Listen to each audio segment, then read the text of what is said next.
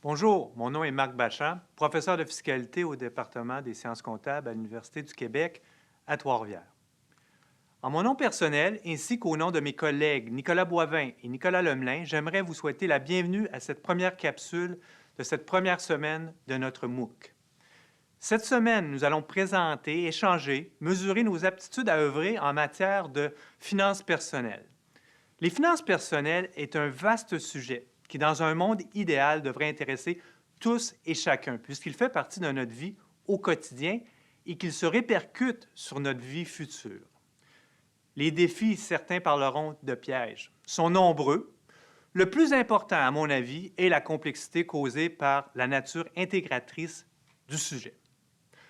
Il faut savoir relier les pointillés, saisir les liens qui existent entre les différents sujets de finances personnelles.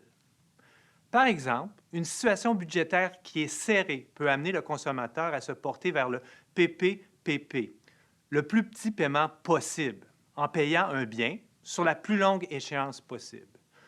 Une fois cet engrenage activé, les problèmes de liquidité amènent le recours à une marge de crédit hypothécaire pour générer les fonds nécessaires aux obligations financières générées par les PPPP.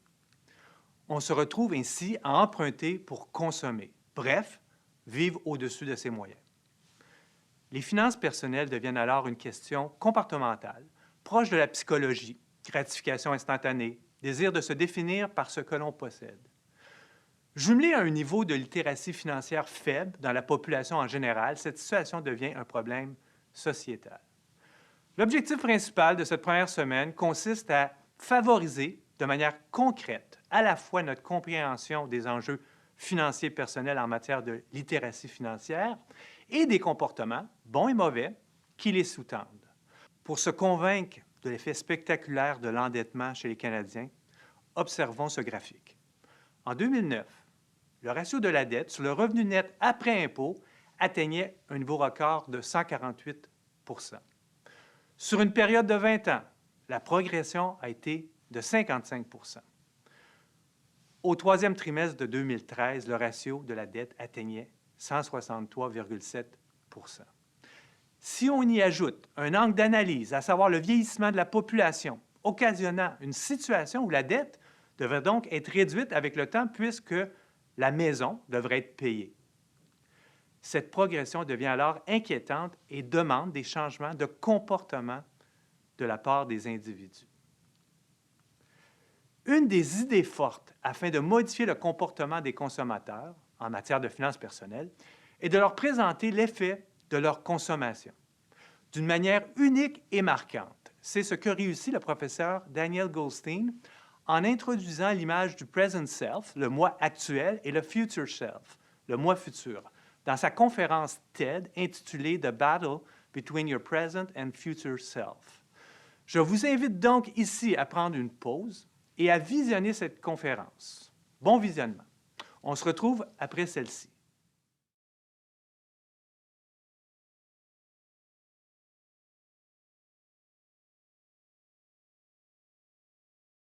Tel que brillamment présenté par Daniel Goldstein, nos actions actuelles influencent nos conditions de vie futures.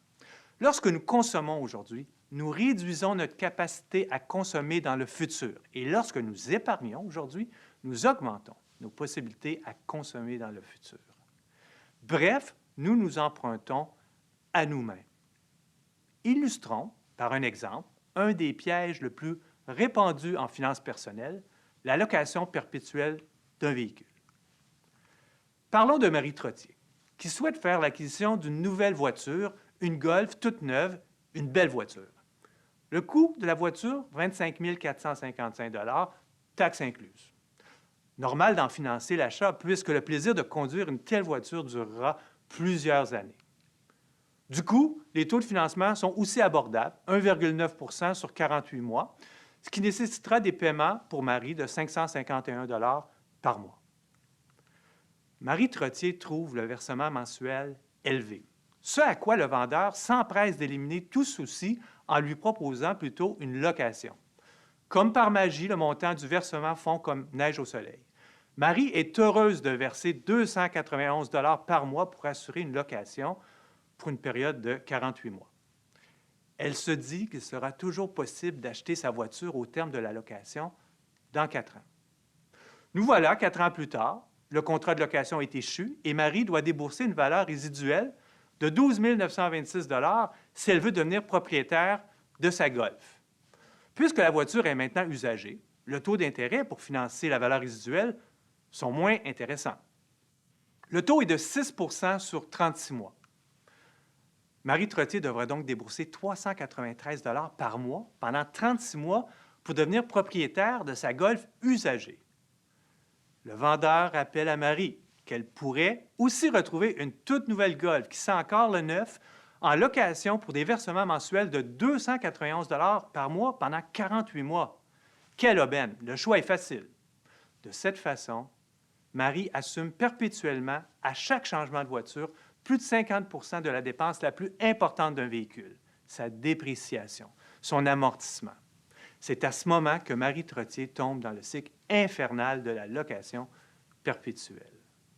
Au cours des semaines à venir, nous explorerons certains aspects des finances personnelles qui illustreront l'intégration des champs disciplinaires qui la façonnent, soit la retraite, les successions, la fiscalité, l'assurance vie, les placements, tout l'aspect juridique et les finances. Cette semaine, nous étudierons ensemble les méthodes de calcul, comment savoir si vous avez assez épargné pour prendre votre retraite à 62 ans ou à 65 ans selon vos objectifs et aspirations, la consommation et la pression qu'elle exerce sur la capacité à épargner, les contrôles et les outils financiers pour vous aider à atteindre vos objectifs. L'idée étant d'être dans la connaissance plutôt que dans la pensée magique. Finalement, dans l'esprit de la bonne volonté qui nous anime en ce début d'année, je vous proposerai une liste de 10 résolutions payantes pour cette nouvelle année. Welcome to a short demo about the University of Virginia's Student Information System. In this demo, we review student finances, including how to review your student account and make payments. In the Finances section, you are immediately informed as to whether there are any charges on your account and whether they are past due, current due, or future due. Current due charges are those charges due in the current calendar month.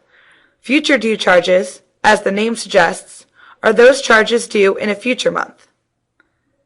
Click on Account Inquiry. This displays a summary of your student account and provides a term-by-term breakdown of your balances. Click on the Activity tab for the details of transactions. You can select to view by term or for all terms. Please note that if you have multiple pages of information, you may view all or scroll from page to page. Click on the Charges Due tab to see any charges on your student account with their corresponding due dates. Click Payments to see any payment activity. If you have applied for financial aid or will be receiving any outside scholarships, click on the Pending Aid tab to see a breakdown of awards from UVA and outside sources. If you are a financial aid recipient, you may wish to click Account Services to access the Student Permission tab. From here, you may authorize the university to use your federal financial aid funds to pay off certain types of expenditures. As a student, access to Quick Pay at UVA is available through the Student Center. You will see your account activity and make payments electronically through Quick Pay at UVA. Please first ensure that you allow pop-ups on your browser before you click on the link. If nothing happens when you click on the Quick Pay link, you still have pop-up blockers that are enabled. Check both your browser settings and any toolbars that you may have on your computer to ensure they allow pop-ups from this site. Once in Quick Pay, you can view your current account activity, current statement, the most recent term statement, and any statement history for prior statements. The current account activity is the most up-to-date information available about your account. You may also wish to set up parents or other individuals to access your account information in Quick Pay at UVA. Once in Quick Pay, click on the Authorized Payer link. Then click the Add New button and enter the information requested. You will create the authorized payer's login name and password and must provide their email address to establish them in QuickPay. Please verify the email address before submitting, as this is the method by which they will receive notification of activity on your account. The new authorized payer will receive an email notifying them that you have created their account in QuickPay at UVA. You will need to provide them with their password separately, as this will not be included in the email for security purposes. Please inform them that they will be required to reset their password when they first log in. Once an authorized payer is established, they may view your account information and make payment. Payments can be made by 3 ways: check with remittance advice, e-check through QuickPay at UVA, or by credit card. The university recognizes that while the student's finances are ultimately the student's responsibility, most undergraduate students have parents or other individuals who will want to see and make payment toward the student's accounts.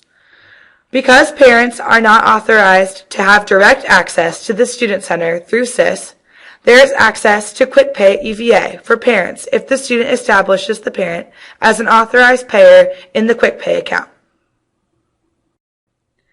Once the student has established you as an authorized payer, you may find the login information to QuickPay at UVA on the student's accounts website. Go to virginia.edu/studentaccounts and click on the QuickPay at UVA link on the right-hand side. Find the authorized payer section of this page and click on the link. Log in using the user ID and password established by your student.